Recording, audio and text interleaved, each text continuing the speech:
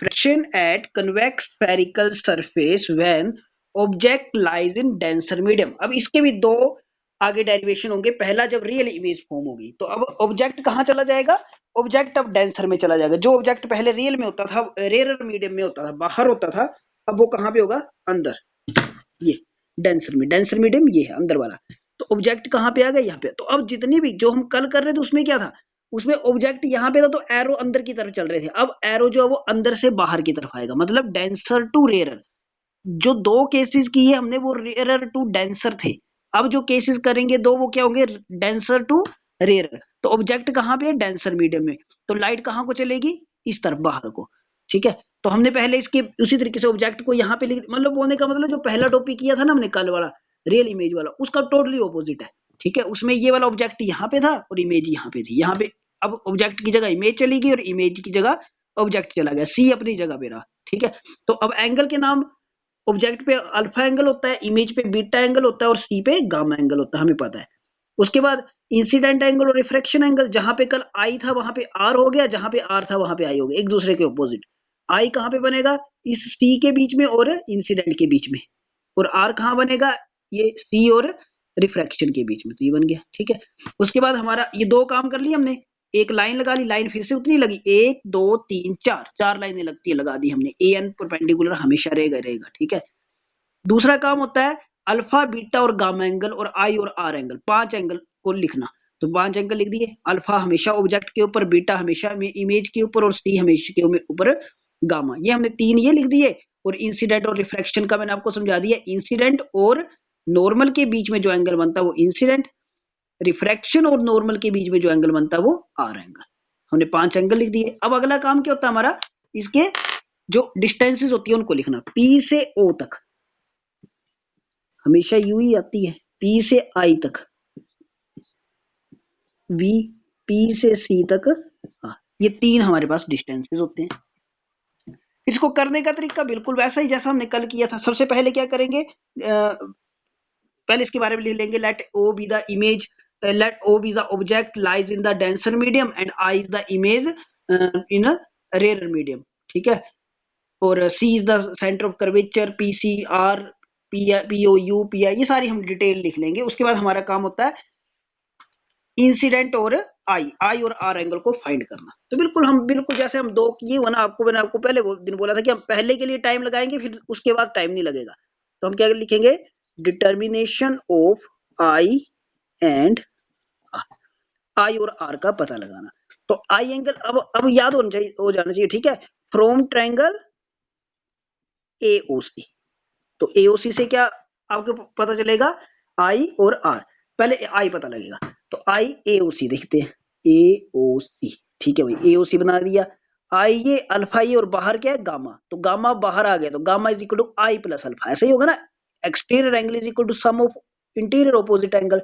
तो गामा ये आ गया आई प्लस अल्फा। तो क्या लिखेंगे हम, gamma is equal to I plus alpha. अब क्या लगाएंगे, इसके साथ tan लगाएंगे। गामा इज इक्वल टू, बिल्कुल एक जैसी कहानी है बिल्कुल। अगर आपको थोड़ा सा भी अगर पिछला समझ आ गया होगा तो आप जल्दी से कर लोगे। tan आई tan अल्फा आ गया। अब क्या करेंगे, टेंजेंट आई निकालेंगे। ठीक है, तो टेंजेंट कैसे निकलेगा, पंडित बद्री प्रसाद हर बोले फार्मूला। ठीक है, तो पहले पहले सॉरी, यहाँ पे हमने आई को निकालना था, तो आई को इस तरफ कर लेंगे। ये थोड़ा सा गलत हो गया, पहले हमें आई को इस तरफ करना है। ठीक है, आई इधर आएगा तो गामा इस तरफ जाएगा, आई इधर आएगा तो माइनस, गामा इधर जाएगा तो माइनस। ठीक है, तो हम क्या करेंगे, I is equal to gamma, यहाँ पे अल्फा गया इधर, तो गामा माइनस अल्फा। ठीक है, I is equal to gamma minus alpha. अब क्या करेंगे, I is equal to tangent gamma minus tangent alpha. अब टेंजेंट गामा और टेंजेंट अल्फा निकालेंगे, तो टेंजेंट गामा निकालने के लिए हम गामा एंगल देखेंगे। ये इसके सामने एक परपेंडिकुलर चाहिए, तो ये बन गया ए एन सी से निकलेगा। तो क्या बन गया, A N upon N C from triangle A N C. फिर क्या निकालना है, टेंजेंट अल्फा। तो टेंजेंट अल्फा कहाँ पे है, ये इसके सामने एक परपेंडिकुलर चाहिए, तो ए एन नहीं आएगा, तो क्या आ जाएगा, A N upon N O from triangle A N O से आ गया। ठीक है, ये वाली वैल्यू यहाँ पे लिख लेते हैं हम, इक्वेशन नंबर 1। इक्वेशन 1 में पुट करेंगे तो I is equal to tangent gamma की जगह आ जाएगा AN upon NC minus AN upon NO, इसे इक्वेशन नंबर 2 मान। ठीक है, I की बारी होगी। अब क्या करेंगे, फ्रॉम ट्रायंगल AIC, AIC से हमारे पास क्या निकलेगा R, तो देखते हैं AI और C। ठीक है, R बाहर, अंदर गामा प्लस बीटा या बीटा प्लस गामा, ये लिखेंगे। यहाँ पहले का बना बनाया है, ठीक है, तो यहाँ पे कुछ भी चेंज नहीं करना पड़ेगा, बीटा प्लस गामा सीधे टेंजेंट लगा देंगे। R is equal to tangent beta plus tangent gamma.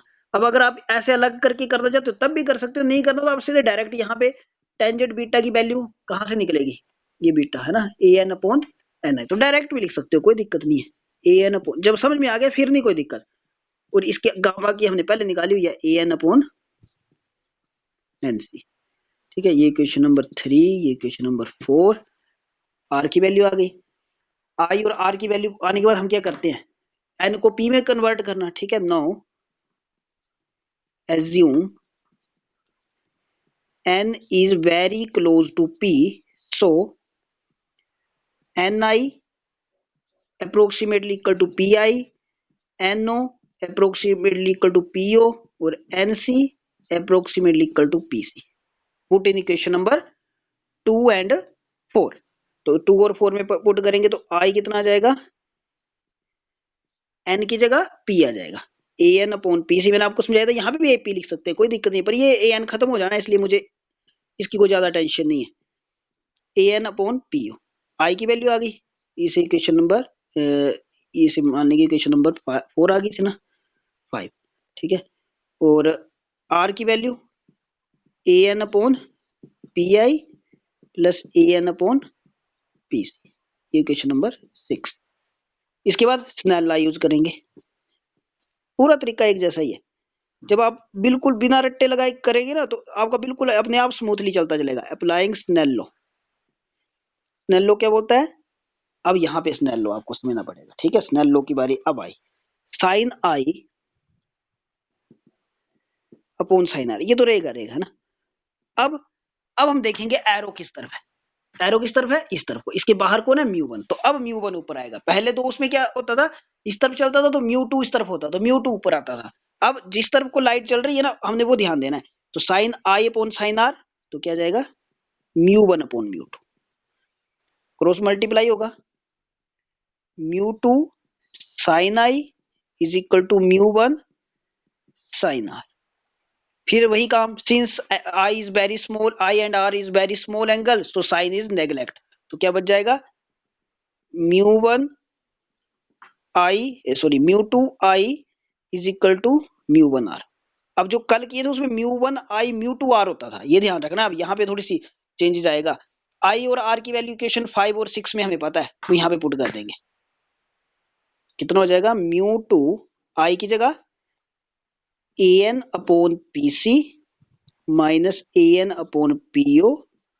अब यहाँ पे भी अगर आप एक स्टेप कम करना चाहते हो तो कर सकते हैं, इस AN को मत लिखिए, सीधे μ2 upon PC minus μ2 upon PO लिख लीजिए, तब भी कोई दिक्कत नहीं है। ठीक है, जितना जैसे जैसे आप समझते चलेंगे स्टेप आप कम कर सकते हो। R की value AN upon PI plus AN upon PC। अब अगला स्टेप, अगले स्टेप में हम इसकी वैल्यू को इसको मल्टीप्लाई कर देंगे, तो क्या बन जाएगा, इसको आप एक स्टेप पहले भी कर सकते हो, μ2 PC minus μ2 PO is equal to μ1 PI plus μ1 PC, इसे equation number 7। Now using sine convention, अब साइन कन्वेंशन में एक ध्यान देना पड़ेगा आपको, क्या अब हमने क्या करना है, अब वो वाला फार्मूला नहीं लगेगा कि left hand side negative right hand side positive, नहीं इसमें नहीं लगेगा। इसमें आपने क्या ध्यान देना, वही जो इसका एक्चुअल रूल है। एक्चुअल रूल क्या बोलता है कि जिस तरफ लाइट जा रही है ना वो पॉजिटिव आएगा। अब लाइट किस तरफ जा रही है, पी के इस तरफ जा रही है, तो इस तरफ वाले पॉजिटिव होंगे। ठीक है, तो इस तरफ क्या है, पीओ और पीसी अंदर की तरफ है, तो ये नेगेटिव और ये बाहर वाला पॉजिटिव। लिखेंगे P O is equal to minus u, P C minus R और पी आई प्लस वी।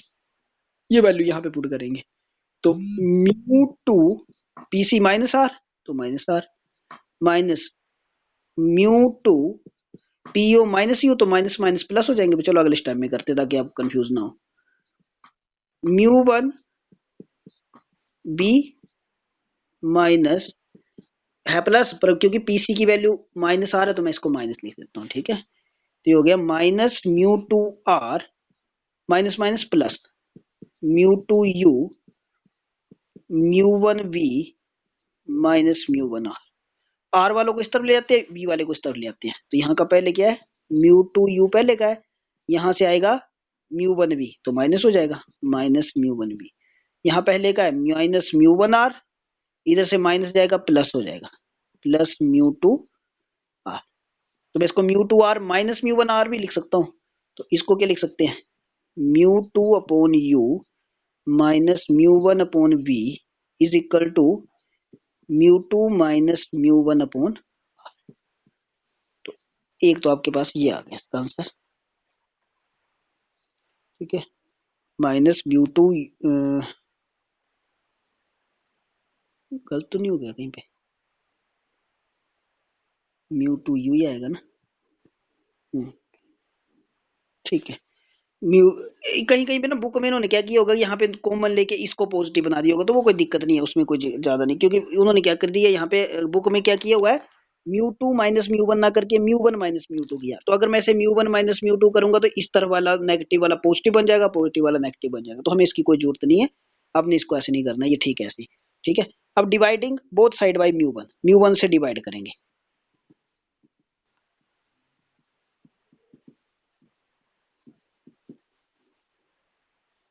तो mu two upon mu one किसके बराबर